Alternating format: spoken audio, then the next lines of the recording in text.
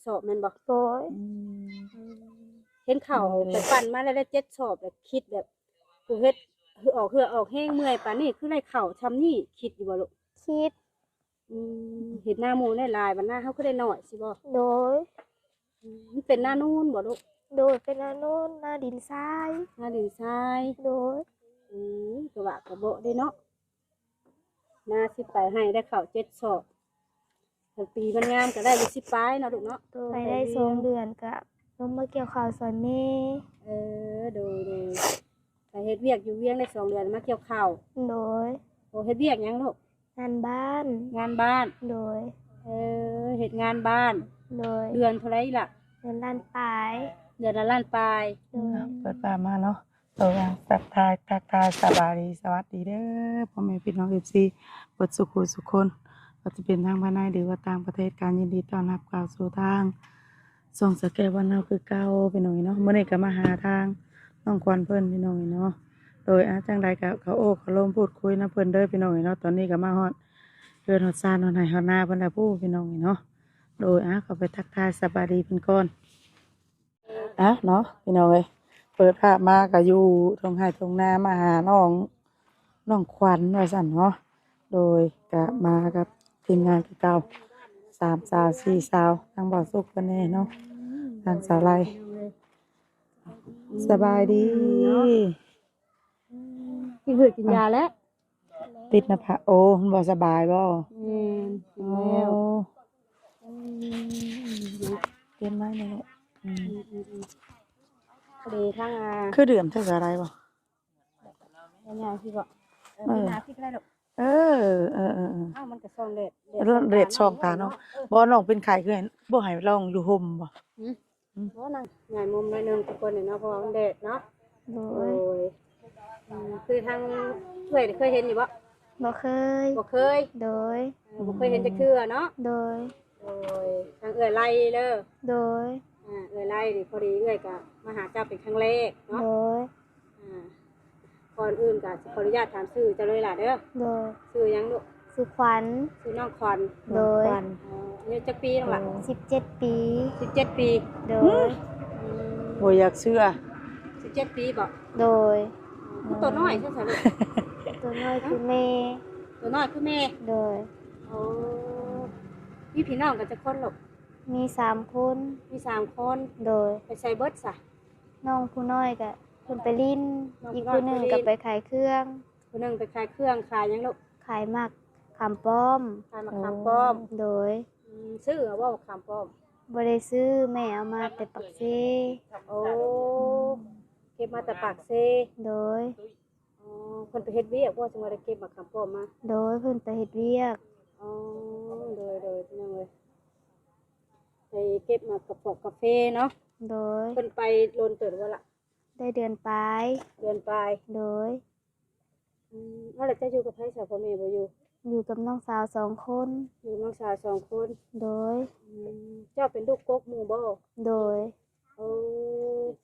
เจ้าอายุ17กับน้องเจ้าอายุจักปีซะลูกน้องสาวอายุ13 ปีอายุ13 ปีโดยของเราก็ฮู้ห่างกันน้อยคือเจ้าเลยติโดย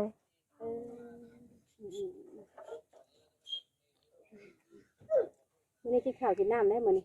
ยังบ่ทันได้กินบ่อยากโดยคือว่าบ่อยากเลยแบบมันบ่อยากบ่คิดอยากแบบกินหันกินนี่ก็บ่แซ่บน้ำปากสิบ่โดยเป็นไข่อาจจะแบบว่าเฮากินหยังบ่แซ่บสิเนาะโดยเมื่อยบ่ลูกเมื่อยบ่เมื่อยโดยเคยท้ออยู่บ่เคยท้ออยู่โดยเคยท้อมาแล้วจะคิดใส่ไผก่อนอื่นคิดใส่แม่โดยเป็นได้ตัวคิดใส่แม่ลูกล่ะแม่ก็ทุกข์แบบนี้ฮะแบบแม่ก็ไปหาอยู่บ่ยามบ่เศร้าไปหาจังได๋ก็บ่ได้แม่น่ะทุกข์แล้วไปหาเงินมาเพื่อลูกแล้วมันคือบ่ได้สิบ่โดยเจ้าก็เลยคิดโดยคิดเห็นใจแม่โดยแล้วก็ท้อนำโดยบางมื้อก็เห็นแม่นั่งให้ก็ให้น้บางมื้อก็เห็นแม่ให้ก็ให้น้ำโดยเจ้าเคยคิดว่าคิดในใจว่า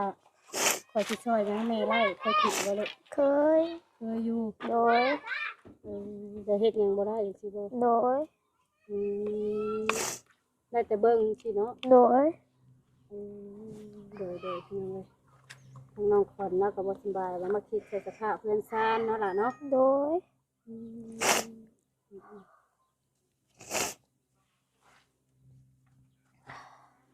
นี่ก็พี่น้องเอ้ยที่จะสู่ไปแม่ดูไว้เนาะเฮาก็มาถ่ายทำให้ทางผู้รักผู้ใหญ่เพิ่นเบิ่งเด้อลูกเด้อ โดย เฮามีแต่ว่าสู่ชนไปแหละค่อยเป็นค่อยไปพี่น้องเอ้ยมีแต่ว่าเป็นกำลังใจให้เด้อ โดย อืมอยู่เพื่อนหลังนี้ได้จักปีแล้วลูก แต่ยังน้อย แต่ยังน้อย โดย คือว่าเกิดมาเลยเห็นดูนะแม่นบ่ แต่ก่อนก็อยู่นำแม่ใหญ่บัดนี้ก็แม่ลงกันต่าง โอ้โดยตะกี้น่ะอยู่น้ำเฮือนใหญ่ โดยอยู่นำแม่ใหญ่ นี่คือแบบอยู่เฮิงน่ะก็เลยออกเป็นเฮือนเป็นซ่านของตัวเอง โดย อ๋อโดยอยู่มานี่ถือว่าตั้งแต่ว่าเจ้ายังน้อยเนาะ โดย เป็น10กว่าปีแล้วแม่นบ่ลูก โดย อืมบ่มีแบบว่าการซ่อมแซมด้วยเนาะแบบอยู่ร่างเลยแม่นบ่ล่ะ โดย อืมเห็นสภาพเพื่อนตัวเองแล้วคือค่อยขึ้นเนียงอยู่เป็นบ่ โดย มาเฮ็ดได้สิไล่คือหมู่สิบ่ โดย อืมเดี๋ยวไทยพันธุ์คืออยากได้หยังฉลาดหลัก ยังได้เฮือน ๆอยากได้เฮือน โดยเก็บอยากให้พ่อให้แม่อยู่สุขสบายไม่อยากให้แม่ทุกข์ อืมค่อยง่ายคืออยากให้พ่อแม่อยู่เพื่อนแบบสนุกสบายคือบ้านเพื่อนคนอื่นเขา โดย ไปเฮาก็ซอยอย่างแม่บ่ได้เนาะ โดย อืมเพิ่นเอ้าก็สิบ่ถามเรื่องที่นี่เนาะก็เฮาก็สิถามไปทำไมพี่น้องเอ้ยว่าน้องเพิ่นนี่คำถามเรื่องแบบทั้งเพื่อนทั้งซ่านหรือว่าเรื่องการเป็นอยู่น้อยล่ะเนาะมันก็สิตามใจแหละน้องเพิ่นก็สิมีแผลในใจที่ผ่านมาแหละพี่น้องเนาะเรื่องความทุกข์ของคนเฮาถ้าคนใดบ่เจออาจสิบ่ฮู้แม่นบ่ล่ะ โดย คือทางน้องเพิ่นอาจจะเจอมาแล้วผ่านที่แบบว่าครอบครัวทุกข์ยากลำบากมาก่อนเนาะ โด เป็นพ่อย แม่ลำบากไปซอยเรืออย่างแม่บ่ได้ โดย มีแต่ว่าสู้ๆต่อไปได้เนาะ โดย ก็มีแต่ถามไม่ก่อนบัดนี้พี่น้องเนาะคำนี้ก็ถือว่ามีตัวน้องเพิ่นพี่น้องเลยอีกอย่างไงคำว่าน้องเพิ่นใหายไปลายแล้วสลายสิใหายน้ำแม่นหยังพี่น้องเลย เสมอให้น้ำกันได้เนาะ แม่นเพราะว่าสลายเห็นน้ำตาคนบ่ได้อะไรแบบจะหายน้ำมาซั่นนะเพราะกับความอินดูสงสารนั่นแหละก็เลยแบบว่าอดหายน้ำบ่ได้มีแต่ว่าบ่ต้องหายหรอกล่ะโดย สู้ เซ็ ๆ ต เนาะ น้ำตาก่อนลูกเซ็ตน้ำตาก่อนเอ้า อืม เออเซ็ตน้ำตาก่อนน้องเพิ่นเป็นไข้บ่สบายผัดแห้ง หันหน้าใส่กล้องจะดี แห้งไห้ๆเป็นแห้งเต็กได้เนาะ เอ้าเนาะมันจะมิดบาดนี้เนาะ โดย บ่มีแต่ว่านี่เด้อล่ะเด้อเนาะคือเอื้อยนี่มาครั้งแรกอาจสิบ่มีแนวมาต้อนมาฝากเด้อ โดย ก็มีแต่คำปลอบใจแล้วก็คำถามไทย โด เนาะ ย สามีก็โอเคพี่น้องก็ดีใจอยู่แล้วว่าเนาะล่ะเนาะ โดยดีใจ เนาะโดนนะว่าเพิ่นมาถ่ายทำเจ้าลูก โดย โดนเติบแล้วแม่นบ่ โดย ได้อย่างนี้แล้วการช่วยเหลือมาลูก แม่ได้แต่อันกินเงินเพิ่นให้ไปซื้อ แบบเป็นเงินนั่นอยู่นะกินเนาะ โดย โอ้อยู่ถึงมาหลายภาคหลายปีแบบห้องน้ำห้องในได้สะลูกไป ข ใส่ องน้ำของนายบ่มี บ่มี โดย บ่มีห้องน้ โดยไฟผ้ากับบ่มีเป็นของตัวเอง ำอยู่เฮือนนี่บ่มีไฟบ่ มีกะขอต่อนำแม่ใหญ่เพิ่น โอ้มีก็แบบต่อน้ำเฮือนใหญ่ โดย โอ้ยโดย จ่ายค่าไฟ นั่น กะ บ่ โดยเสียน้ำเพิ่นโดย บ่ง่ายก็คือน้องนี่ก็อยากได้เป็นของตัวเองเนาะ โดย เพราะว่าเขาใช้ของคนอื่นนี่ก็แม่นอยู่ว่าเป็นของแม่ตู้เนาะ โดย แต่มันก็เกรงใจเพิ่นอยู่แม่นบ่ โดย เพราะว่าเขาออกเป็นเพื่อนต่างเลยเด้มันก็ต้องเกรงใจเพิ่นนะ ถ้าเทื่อเฮาหาบ่ทวงบ่ทันสินะค่าพื้นค่าไฟ มันบ่คือเราเองนะพี่น้องเอ้ย โอ้ย โอ้เลย รถไปเด้นี่เนาะ ทางว่าแสนขอยเบิ่งเลย โอ้โอ้ โอ้ยสบายดีเด้อนั่นเด้อ สบายดีเด้ ใส่ อ แว่นตาดำมาเลยเนาะ มันเห็นมันแดดเด้ เดี๋ยวมีผู้มาซอยเนาะได้บัดนี้ มาซอยเนาะอันเนาะน้องขวัญน้ำข่อยแน่ เอาว่าหยอกน้องว่าให้น้องหัวเลย ว่าให้น้องยิ้ม แล้ว เด้ ว่าได้ยิ้มว่าได้เรียนยิ้มแล้วบัดนี้ สิมีผู้ยั่วบ่ โดยว่าหยอกว่าหัวกันเด้อล่ะเด้อ โดย ยังฮ้อนอยู่บ่ลูกว่าหะ อืม มันก็บ่ได้ฮ้อนนี่น่ะก็ไข้แน่เลยเด้ ไข่มาแล้วจักมื้อแหละ 2 มื้อมานี้ บ่แม่นไปต่อยไข่หมูแดงได้บ่ โดย ต่อยไข่แมลงบ่แต่ละมื้อซะลูก โดยไป หามาขายนี่ โดย หามาขายได้ลายฉันแล้วไปขายเทื่อลูก ได้20,000 3-40นี่แหละได้บ่หลาย เรา30-40เนาะ โดย ไปขายเองบ่ โดยไปขายเอง ขายเองข้าวน้ำซ้ำปลาแล้วฉันลูกกินใช่จ้ะ กินนี่แหละกินมื้อก็ได้กระปูมาจีป่นจีแจ่วกินกับน้อง2 คน แล้วข้าวน้ำซ้ำปลาเนี่ยกุ้มกินอยู่บ่ แต่ละปีก็บ่กุ้มกิน บ่กุ้มบ่ โดย เขาเฮ็ดดีได้ฉันลูกสมมุติว่าแบบมันเบิด ไปหาเงินซื้อ หาเงินซื้อเอา หาเงินบ่ทันก็ขอยืมนำแม่ใหญ่ โอ้ยืมเพิ่นนี่ยืมแต่เทื่อลายบ่ โดย บัดหาได้แล้วไปแทนเพิ่นสิบ่ โดย โดยพี่น้องเอ้ยว่าง่ายๆก็คือให้หน้าตะกร้านี่มีเฮ็ดอยู่แต่มันบ่กุ้มสิบ่ โดยมาก็มีบ่หลายมีสิไปให้ สิไปให้ โดย สิไปให้ได้จักสอบลูก บางปีก็ได้20ปีก็สิไป โอ้ ปีแรงๆอะดีก็ปีนั้นน่ะได้อัน7 สอบ ได้7สอบ โดย ปีได้7สอบลูก ปีช่วงแบบปีแรงๆอะดีรอตอนปีนั้นมันยังจำชื่อบ่ได้แต่แม่ สอง เล่าให้ สอ ฟั ง ง ปีขึ้นหลังบ่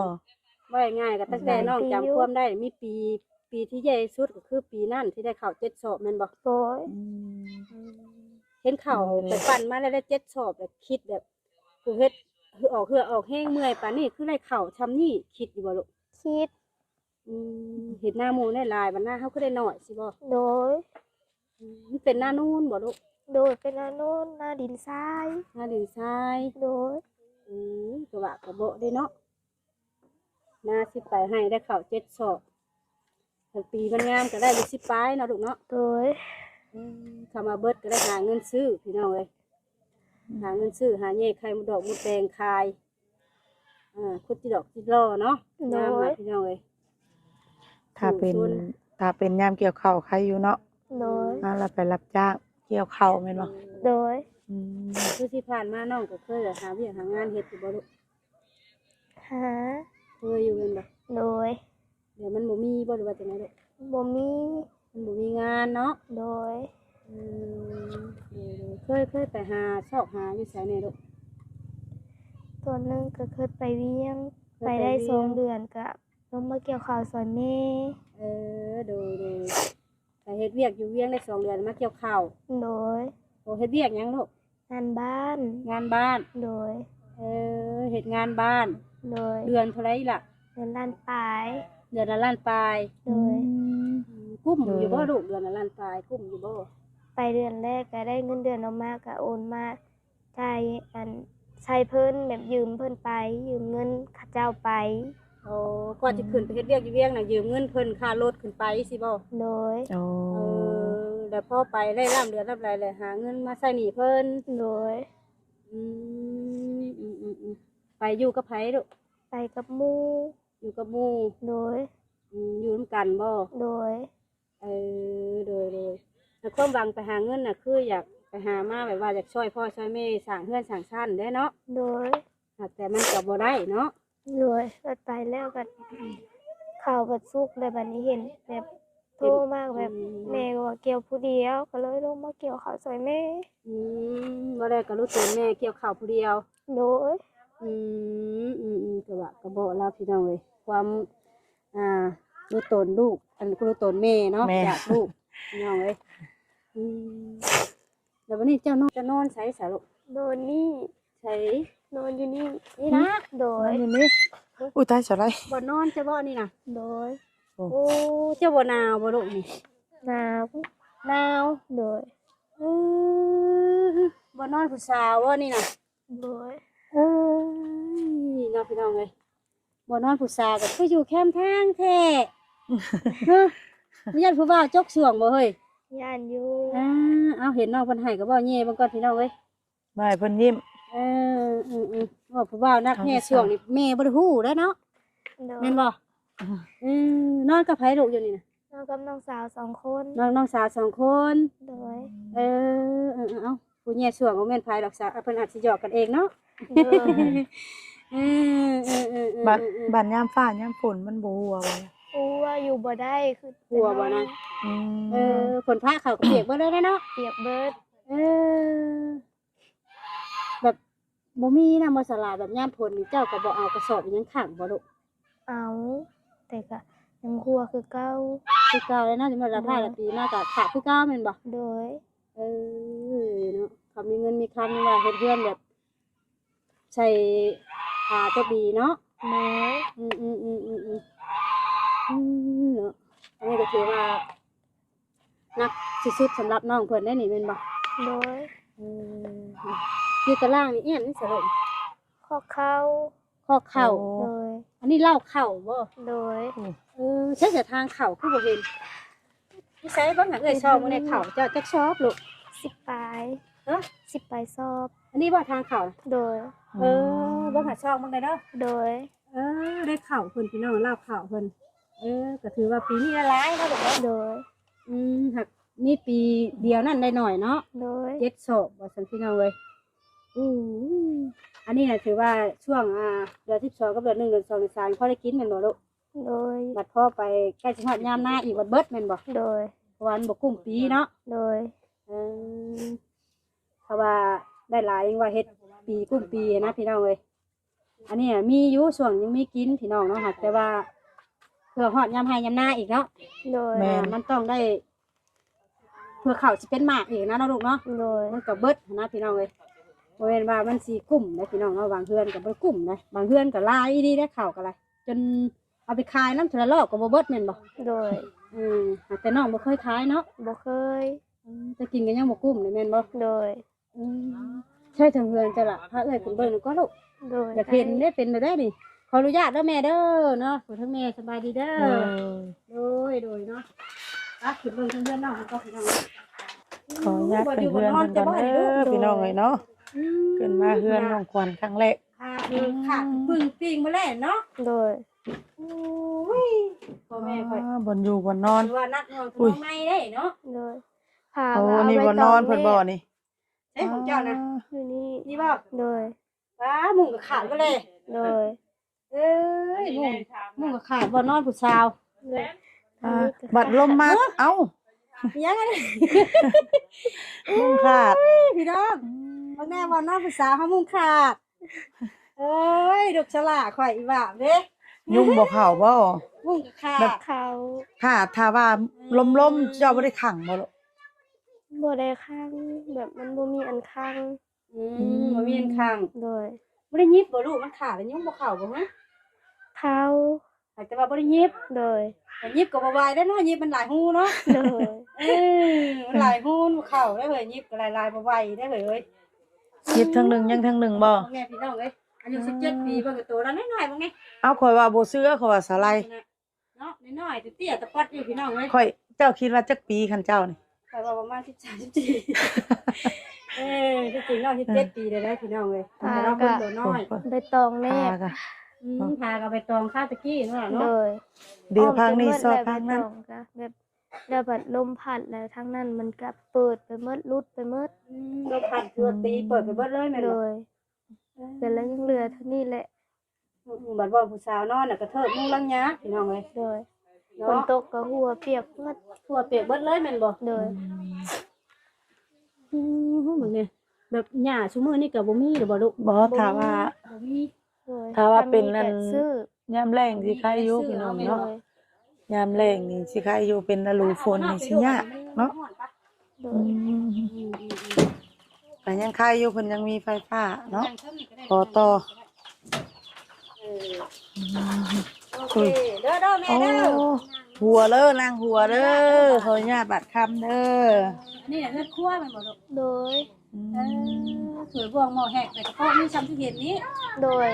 เอ้ยเนาะน้ำในได้ลูกใส่ น้ำก็น้ำใด เพราะมีหลายอยู่แม่นบ่ โดย โดยพี่น้องเลยเนาะ ใดกระทั่งหลายปีแล้ว โอ้ทางหลายปีแล้ว โดย เนาะก็บอกพี่น้องเป็นผู้สาวเนาะเป็นผู้สาวยังหักแต่ว่าคือว่าแหละเนาะสาวก็อายุ17 ปีก็ถือว่ายังเป็นผู้สาวกำลังแววเห็นบ่ โดย เนาะยิ้มได้แล้วว่าพี่น้องเลยยิ้มสิได้ได้ว่าเห็นเอ้ยมาเนี่ยยิ้มเด้อลูกเด้อเพิ่นให้เห็นเอ้ยเห็นนี่เอ้ยยังคนที่ให้มองอยู่ซัก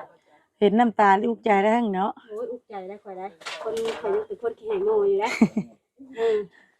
เจ้าพาให้ก็ให้นำได้บ่ โอ้ยยิ้มเด้อลูกเด้อ โด ยิ้มไว้ ย จะยิ้มสู้ไว้ ยิ้มน่ะดีที่สุดแล้วเนาะมีความทุกข์ในใจเฮาก็เล่าให้หมู่พังเฮาก็ได้อธิว่าง่าย ระบาย ระบายความในใจเนาะ โดย เคยระบายความในใจตัวเองให้หมู่อื่นฟังนี่บ่ บ่เคย บ่เคย โดย คำคือพวกเอ้ยบ่ได้มาถามนี่ก็แม่นบ่ได้เล่าให้ใครฟังแม่นบ่ โดย แม้กระทั่งพ่อกับแม่ก็บ่ฮู้ซับ โดย ว่าเขามีความทุกข์อย่างในใจแม่นบ่ โดย ฉันแม่เฮ้ยฉันแม่ก็ถึงฝึกลงมาโลดนะ บ่เคยเนาะ คือนี้ถึงหูหนาหูสาว เคยว่าตัวเองน่ะมีความทุกข์แบบใดแล้วพ่อแม่บ่ฮู้ค่าหืดค่ายานี่ก็จ่ายแล้วไขมัน จ่ายแล้ว เท่าไหร่เนาะ 150,000 150,000 โดย โดยพี่น้องเอ้ยเนาะ นาน แต่ว่าหืดยานี่คันระเบิดที่บ่ ยัง ยังอยู่ โดย เนาะทางนั้น มี ก็ แต่ เป็น ว่าสู้ๆเด้อลูกเด้อ โดย เนาะทั้งเอ้ยก็มาเป็นครั้งแรกอาจจะบ่มีหน้าต้อนในฝากเนาะมีแต่กำลังใจมาฝากน้องหยังก็ ขวัญ น้องขวัญเนาะ โดย เดินซื้อเพิ่นพี่น้องเลยคุยจนเพิ่น บ่อีกอย่างเฮาก็ไปว่าถามมา แม่น เพื่อสิมาฮอดก็จนค่ำ เพื่อเห็นเพื่อนเห็นซ่านน้องเพิ่นก็ถามทางมาพี่น้องเลยเนาะก็มาพ่อไม่เห็นเลยก็เห็นสภาพเพื่อนน้องเพิ่นก็รู้โตนอยู่แล้วพี่น้องเลยเนาะอันประตูนี่ก็ถึงสิมีอันล็อกอยู่หั่นแต่ก็คำมันสินั่นก็ นี่ได้ประตูแล้ว เนาะ โดย บางคนอยากป้นอยากหยังก็บ่ได้ยากเลยพี่น้องเอ้ย โดยเขาได้ทุกทาง อยู่เนาะเขาได้ทุกทางแมันบ่ โดย โดยพี่น้องเลย แบบนอนกลางคืนนี่แต่แม่ท่านได้มานี่นอน2คนนี่บ่ โดย โอ้ ก็คือย่านอยู่แม่นบ่ โดย ก็จำเป็นเนาะ โดย โดยถ้าสามีแต่ว่าจังใดก็ค่ำเลยเนาะสิได้กลับปะเลยค่ะเด้อ โดย ให้น้องเพิ่นพักผ่อนค่ะเนาะ โด โด ย ย มื้อหน้ามื้อไหนสิมาเยี่ยมใหม่เด้อลูกเด้อ โดย โดย อยู่ดีมีแฮงลูกล่ะ สบายดี โอ้ยสบายดี โอเค โอเคเนาะไว้เนาะถ้าเฮาก็ไล่มาหาน้องขวัญเพิ่นครั้งแรกเนาะก็มาเฮือนซานเพิ่นโอ้ยมึงได้พี่น้องนั่นก็คือบ่อนนอนเพิ่นว่าเนาะที่นอนของทางน้องขวัญยามหนาวสิบ่หนาวลมพัดปานร้อนเนาะโอ้เนาะเฮือนซานเพิ่นพี่น้องเนาะจังไดก็ขอบคุณที่เข้ามาชมช่องสักแก้วเด้อเนาะแต่ต้นจนจบแล้วก็บ่คำโฆษณาสำหรับคลิปนี้ไปแล้วเนาะโดยเขาก็คำว่าสบายดี